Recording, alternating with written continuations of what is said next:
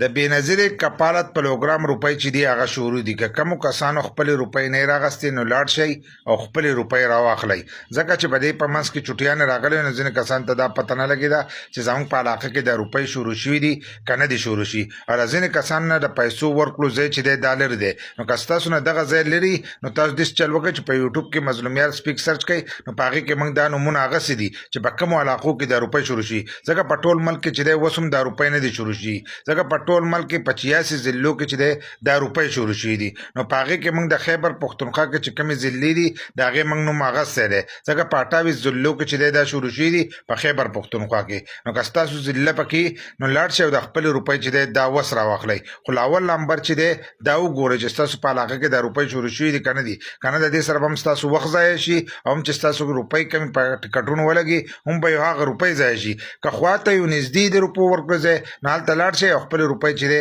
دا چیک کړئ ځکه دې ځل به دا روپۍ تاسو ته هم په کیم سیټ کې چې دی په هغې کې به میلاویږي لکه داسې به نه میلاویږي لکه په دوکانونو کې چې به مخکې کمې میلاوېدلې اوس په هغه دوکانونو کې نه میلاویږي په کیم سیټ کې به دا روپۍ تاسو ته میلاویږي